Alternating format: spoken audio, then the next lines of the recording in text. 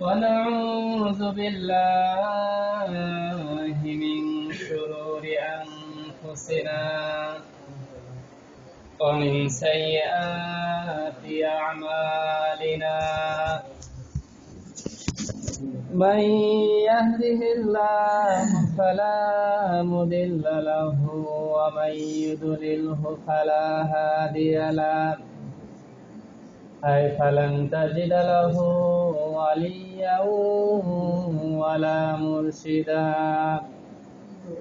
ونشهد أن سيدنا وسندنا ومولانا محمدا عبده ورسوله الذي أرسله بالحق بشيرا ونذيرا وداعيا إلى الله بإذنه وسراجا وقمرا منيرا فقد قال الله تبارك وتعالى في كلامه المجيد وفي فرقانه الحميد أعوذ بالله من الشيطان الرجيم بسم الله الرحمن الرحيم قل إن كنتم تحبون الله فاتبعوني يحببكم الله ويغفر لكم ذنوبكم والله غفور رحيم وقال رسول الله صلى الله عليه وسلم من وسع على عياله في النفقة يوم عاشوراء وسع الله عليه سائر سنته وقال عليه الصلاة والسلام وقال تعالى في شان حبيبه محمد صلى الله عليه وسلم إن الله وملائكته يصلون على النبي يا أيها الذين آمنوا صلوا عليه وسلموا تسليما اللهم صل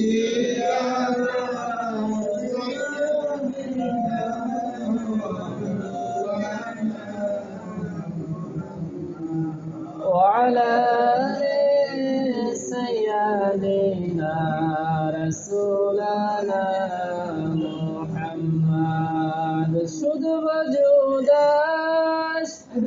شد وجوداش رحمة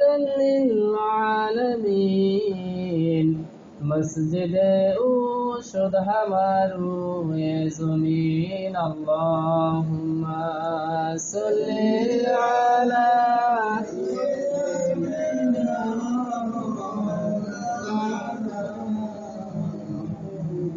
وعلى آل سيدنا طبيبنا محمد আলহামদুলিল্লাহ সমস্ত প্রশংসা সেই মহান রব্বুল আলামিনের জন্য যে মহান রব্বুল আলামিন আমাদেরকে দীর্ঘ একটি সপ্তাহ পর পবিত্র মুহররম মাসের প্রথম জুমায় পবিত্র দিন জুমার দিন যে জুমার দিন সম্পর্কে রাসূলুল্লাহ সাল্লাল্লাহু আলাইহি ওয়াসাল্লাম বলেছেন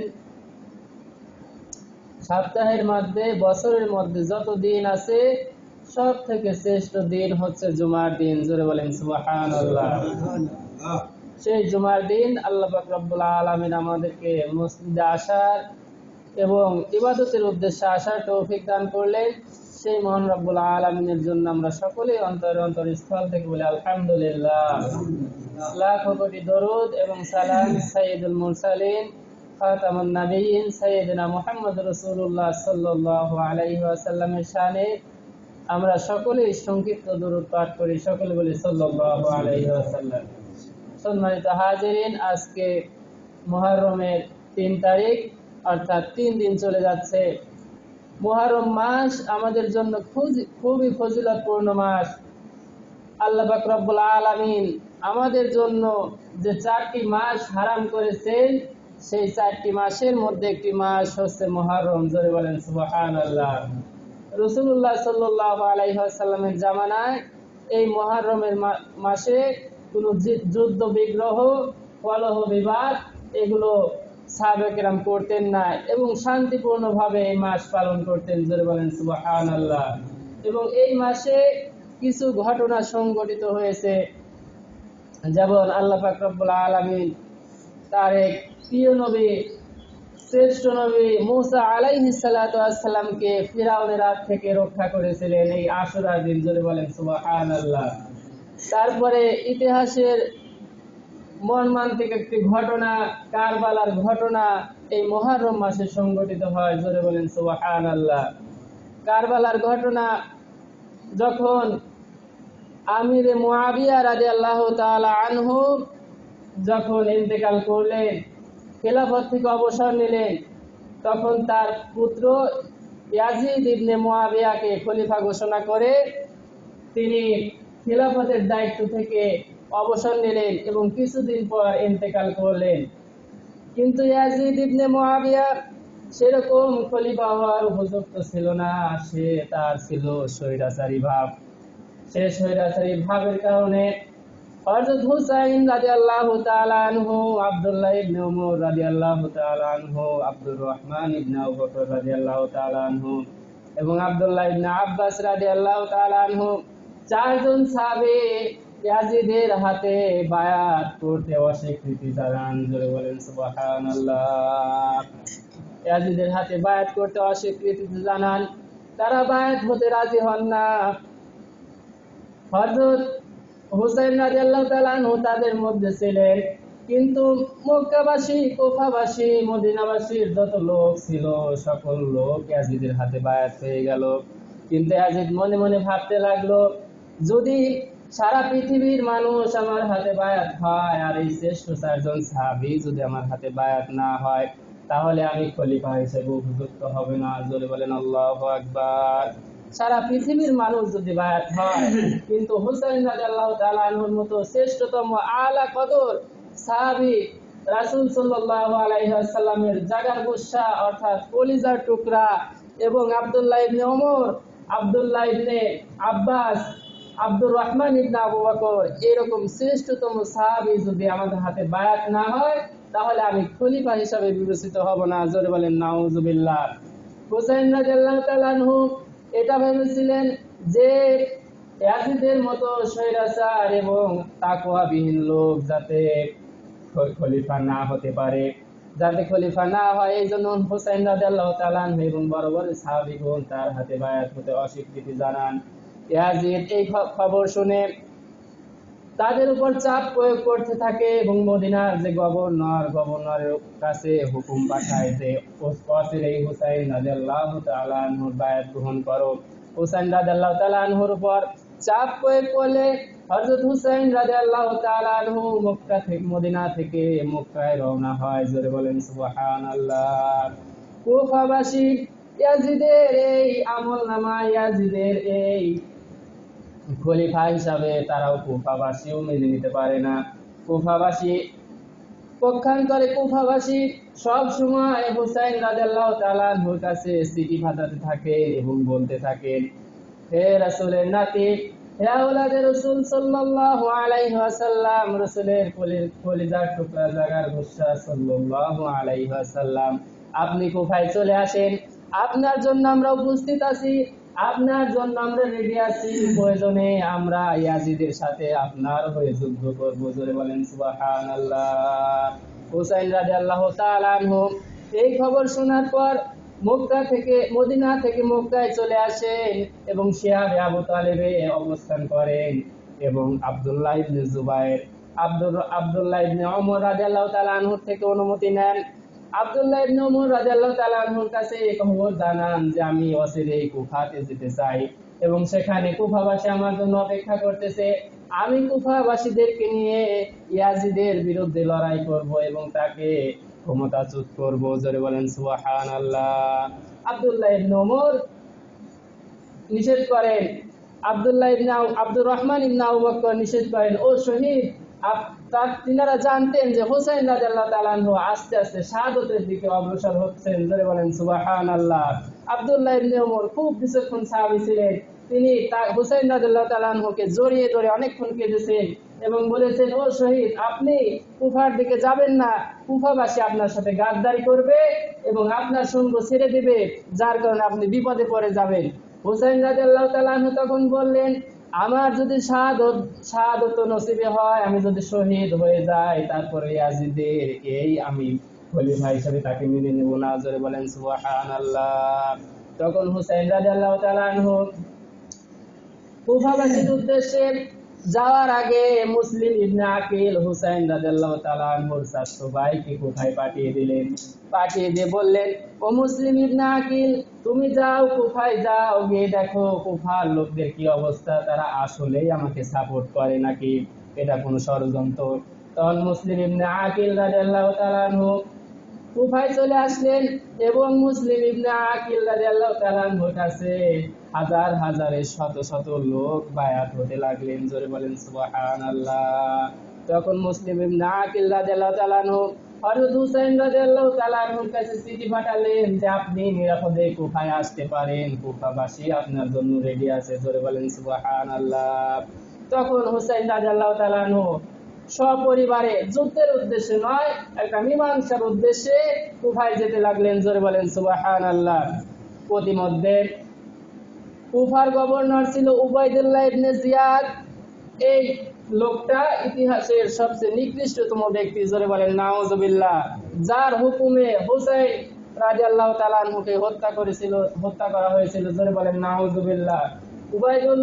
উবাইদুল্লাহ ইবনে জিয়াদকে ইয়াজিদ হুকুম দিয়ে দিলেন যে হুসাইন রাদিয়াল্লাহু তাআলা আনহু কুফাতে আসার সাথে সাথেই তাকে যেন হত্যা করা হয়। জোরে বলেন নাউজুবিল্লাহ। মুসলিম ইবনে আকিলকে হুসাইন রাদিয়াল্লাহু তাআলা আনহু যাকে দূত হিসেবে প্রেরণ করেছিলেন, হুসাইন রাদিয়াল্লাহু তাআলা আনহুর চাচাতো ভাইকে কুফাতেই হত্যা করা হলো। জোরে বলেন নাউজুবিল্লাহি মিন যালিক। তখন হুসাইন রাদিয়াল্লাহু তাআলা আনহু কুফাতে গেলেন এবং গিয়ে দেখলেন যে অবস্থা বেগতিক, অবস্থা খুবই খারাপ, নাজুক। কুফাবাসী আস্তে আস্তে হুসাইন রাদিয়াল্লাহু তাআলা আনহুর সাথে মুনাফিকি করতে লাগলো। হুসাইন রাদিয়াল্লাহু তাআলা আনহুর দেওয়া অঙ্গীকার তারা রাখলো না এবং এক পর্যায়ে ইয়াজিদের নিযুক্ত করা গভর্নর উবাইদুল্লাহ ইবনে জিয়াদ হুসাইন রাদিয়াল্লাহু তাআলা আনহুকে হত্যা করলেন। জোরে বলেন নাউজুবিল্লাহ। মর্মান্তিক ঘটনা, হুসাইন রাদিয়াল্লাহু তাআলা আনহুকে ইয়াজিদের বাহিনী হত্যা করলেন এবং হত্যা করে ইয়াজিদের উবাইদুল্লাহ ইবনে জিয়াদ হুসাইন রাদিয়াল্লাহু তাআলা আনহুর মস্তক মুখ মুবারকে লাঠি দিয়ে গিরতে লাগলেন। জোরে বলেন নাউজুবিল্লাহি মিন যালিক।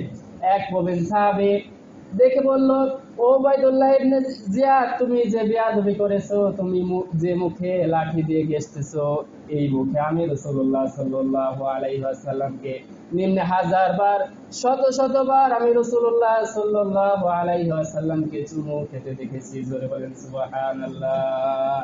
তাহলে এই ইতিহাস জঘন্যতম ইতিহাস, মুসলিমদের জন্য কলঙ্কের অধ্যায় এবং এর জন্য দায়ী উবাইদুল্লাহ ইবনে জিয়াদকে আমরা দায়ী করতে পারি এবং ইয়াজিদকে আমরা দায়ী করতে পারি। মুসলমানদের রাসূলুল্লাহ সাল্লাল্লাহু আলাইহি ওয়াসাল্লাম ভবিষ্যৎবাণী করে গিয়েছিলেন যে আমার নাতি কারবালাতে শহীদ হবে। জোরে বলেন সুবহানাল্লাহ। সেই অনুযায়ী হুসাইন রাদিয়াল্লাহু তাআলা আনহু কারবালার প্রান্তরে শহীদ হয়ে যান এবং তিনি আমাদের জন্য রেখে যান এই দ্বীন এবং ইসলাম, এই ধর্ম। তাদের রক্তের বিনিময়ে এই ইসলাম, এই ধর্ম আমাদের জন্য এসেছে, আমাদের জন্য রয়েছে। এগুলো আমাদের পালনীয়, করণীয় এবং আমাদের কি কি কাজ করতে হবে আশুরার দিন সে সম্পর্কে আমরা একটু জানবো। রাসূলুল্লাহ সাল্লাল্লাহু আলাইহি ওয়াসাল্লাম বলেছেন, ক্বালা রাসূলুল্লাহ সাল্লাল্লাহু আলাইহি ওয়াসাল্লাম, আফজালুস সিয়ামি বাদা শাহরুল্লাহিল মুহাররম। রমজান মাসের পর সব থেকে শ্রেষ্ঠ যে রোজা, সেই রোজা হচ্ছে মুহররম মাসের রোজা। জোরে বলেন সুবহানাল্লাহ। রাসূলুল্লাহ সাল্লাল্লাহু আলাইহি ওয়াসাল্লাম বলেন, রমজান মাসের রোজা আমাদের জন্য কি ফরজ করে দেওয়া হয়েছে। রমজান মাসের রোজা আমাদের জন্য আল্লাহ পাক রব্বুল আলামিন বলতেছেন, কুতিবা আলাইকুমুস সিয়ামু কামা কুতিবা আলাল লাযিনা মিন ক্বাবলিকুম লাআল্লাকুম তাত্তাকুন।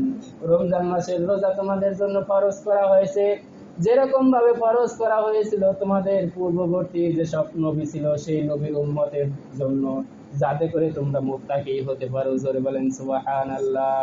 তাহলে রমজান মাসের রোজা আমাদের জন্য ফরজ করা হয়েছে, সেটাই শ্রেষ্ঠতম রোজা।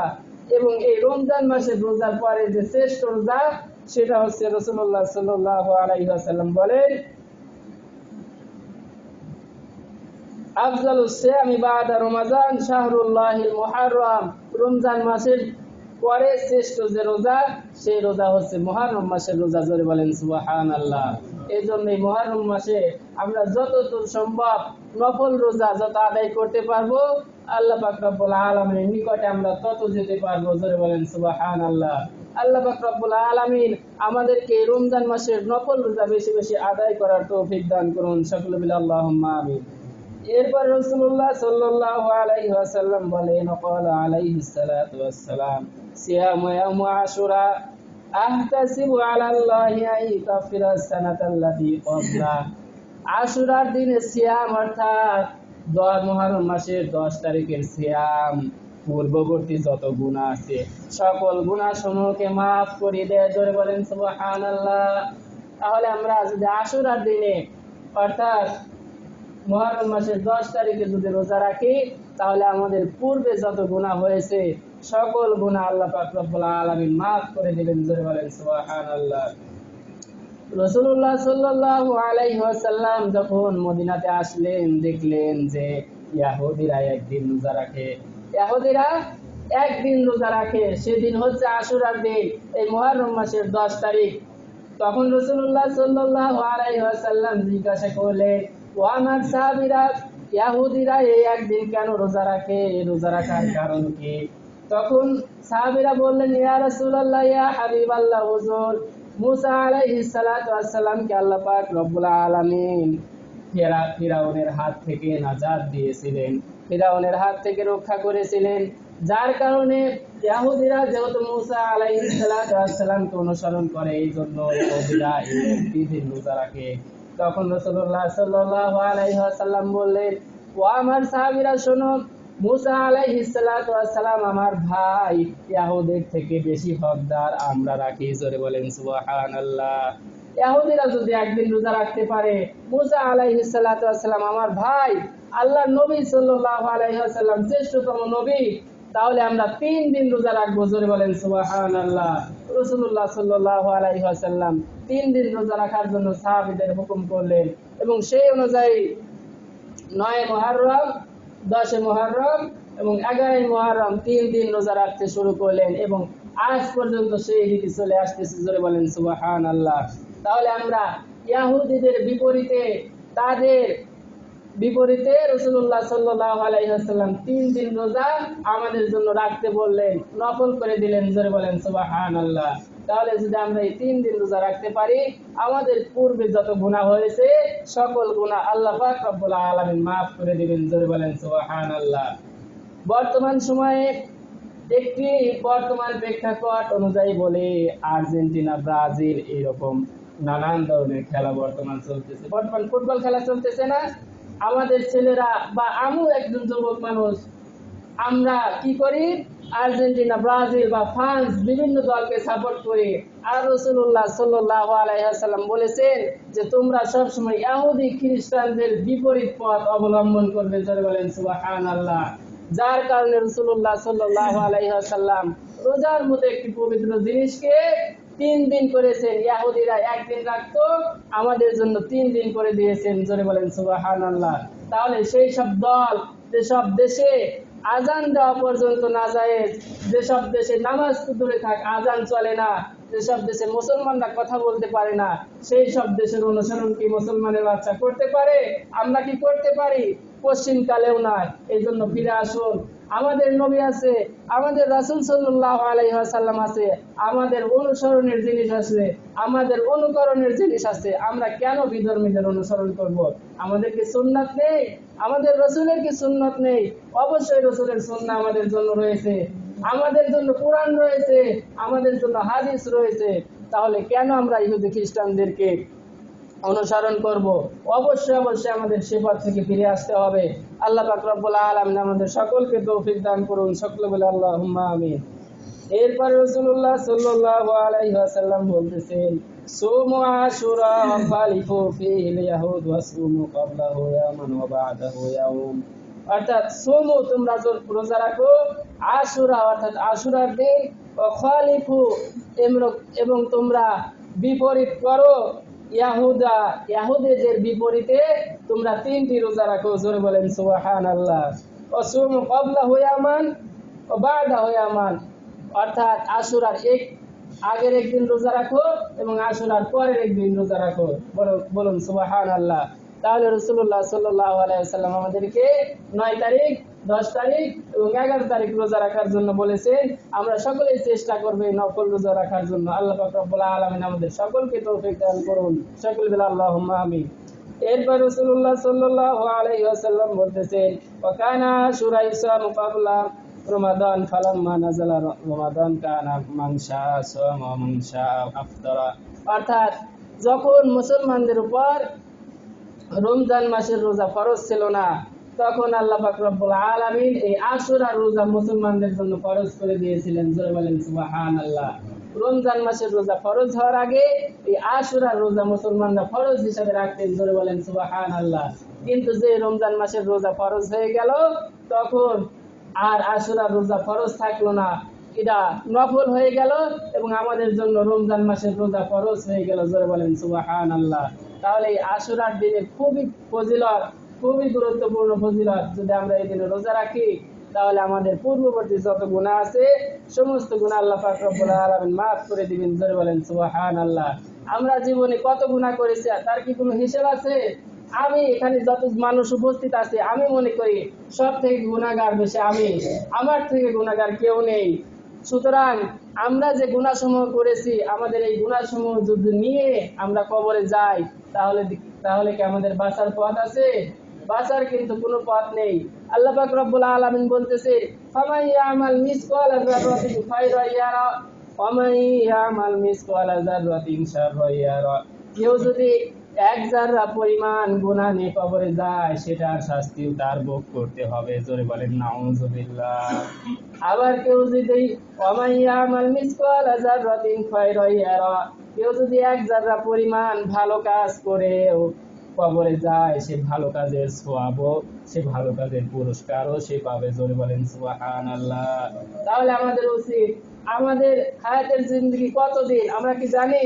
এখনো আমরা দুনিয়া থেকে বিদায় নিয়ে চলে যেতে পারি, এখনো মারা যেতে পারি, কিন্তু গড় আয়ু হিসাবে হয়তো 60 বছর 70 বছর এরকম বাঁচি। কিন্তু পরকালের দিনের কি কোনো হিসাব আছে? পরকালের জীবনের কি কোনো হিসাব আছে? কোনো হিসাব নেই। আজীবন যার কোনো শুরু আছে, শেষ নেই, শুধু চলতেই থাকবে, চলতেই থাকবে। আল্লাহ পাক রব্বুল আলামিন যখন জান্নাতীরা জান্নাতে প্রবেশ করবে এবং জাহান্নামীরা জাহান্নামে প্রবেশ করবে, আল্লাহ পাক রব্বুল আলামিন জান্নাত এবং জাহান্নামের মধ্যবর্তী স্থলে একটি ছাগল জবাই করে দিবেন। জোরে বলেন সুবহানাল্লাহ। ছাগল জবাই করে দিয়ে বলবেন, আজকের থেকে যে ছাগলটি জবাই করলাম, এই ছাগলটি হচ্ছে মৃত্যু, এই মৃত্যু নামক ছাগল জবাই করে দিলাম। সুতরাং যারা জান্নাতে আছো, জান্নাতে তোমাদের কোনো মৃত্যু হবে না, যারা জাহান্নামে আছো, জাহান্নামেও তোমাদের কোনো মৃত্যু নাই। এরকম ভাবে শাস্তি এবং শান্তি ভোগ করতে থাকো। জোরে বলেন আল্লাহু আকবার। তাহলে আমাদের যদি এরকম অবস্থা পরকালে হয়, তাহলে দুনিয়া আমাদের জন্য কি? কিছুই না।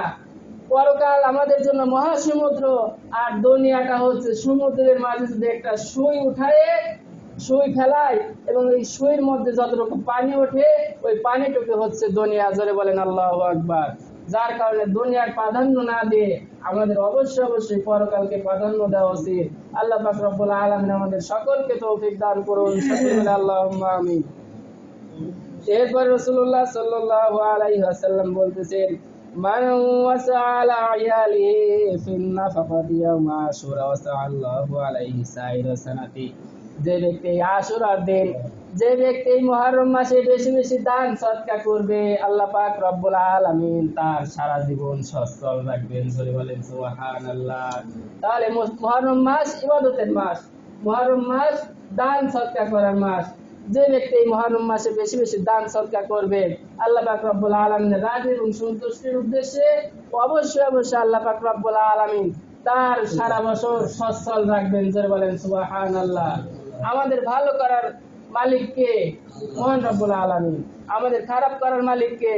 মহান রব্বুল আলামিন। যদি আমরা সেই আল্লাহ পাক রব্বুল আলামিনের বিধান অনুযায়ী চলতে পারি, তাহলে অবশ্যই অবশ্যই আল্লাহ পাক রব্বুল আলামিনের ওয়াদা, অবশ্যই অবশ্যই আল্লাহ পাক রব্বুল আলামিন আমাদের দুনিয়াতেও শান্তি দিবেন এবং আখিরাতেও রয়েছে আমাদের জন্য বড় পুরস্কার। জোরে বলেন সুবহানাল্লাহ। আর যদি আমরা আল্লাহ পাক রব্বুল আলামিনের হুকুমসমূহ অমান্য করে চলি, তাহলে আমাদের দুনিয়াও রয়েছে শাস্তি এবং পরকালেও রয়েছে শাস্তি। হয়তো কিছুদিন আমরা সুখী শান্তিতে থাকতে পারবো, কিন্তু পক্ষান্তরে আমরা মনের কাছে সুখী হতে পারবো না, ইসলামের দিক দিয়ে সুখী হতে পারবো না।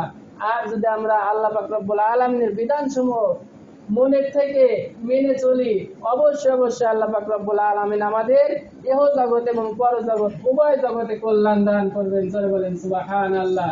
এই জন্য আসুন আমরা সকলে আল্লাহ পাক রব্বুল আলামিনের যে সকল হুকুম কোরআন সুন্নাহ অনুযায়ী নিজেদের জীবনকে গঠন করে আল্লাহ পাক রব্বুল আলামিন আমাদের সকলকে তৌফিক দান করুন। সকলে বলি আল্লাহুম্মা আমিন।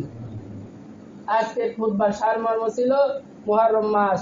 মুহররম মাসে বিভিন্ন ধরনের ঘটনা সংঘটিত হয়েছে। তার মধ্যে একটি ঘটনা হচ্ছে কারবালার ঘটনা। মুসা আলাইহিস সালাতু ওয়াস সালামকে ফিরাউনের থেকে আল্লাহ পাক রব্বুল আলামিন নাজাত দিয়েছিলেন, এবং আরো অনেক ঘটনা এই মুহররম মাসের আশুরার দিন ঘটেছে। মুহররম মাস দানের মাস, সদকা করার মাস এবং ইবাদতের মাস। আল্লাহ পাক রব্বুল আলামিন রাসূলুল্লাহ সাল্লাল্লাহু আলাইহি ওয়াসাল্লাম বলেছেন, যে ব্যক্তি মুহররম মাসে 3টি রোজা রাখবে, 9 মুহররম, 10 মুহররম এবং 11 মুহররম, তার পূর্বের যত গুনাহ আছে সকল গুনাহ আল্লাহ পাক রব্বুল আলামিন maaf করে দিবেন। জোরে বলেন সুবহানাল্লাহ। এই জন্য আজকের এই মুহররম মাসের ফজিলত সমূহ বুঝে আল্লাহ পাক রব্বুল আলামিন এই মাসে আমাদের ইবাদত বন্দি করার তৌফিক দান করুন। সকল বলি আল্লাহুম্মা আমিন। ওয়া মা তাওফিক ইল্লা বিল্লাহ। আসসালামু আলাইকুম ওয়া রাহমাতুল্লাহ। যারা কাবলার জুমার সুন্নাত করেননি, শুধু যারা সুন্নাত করেন।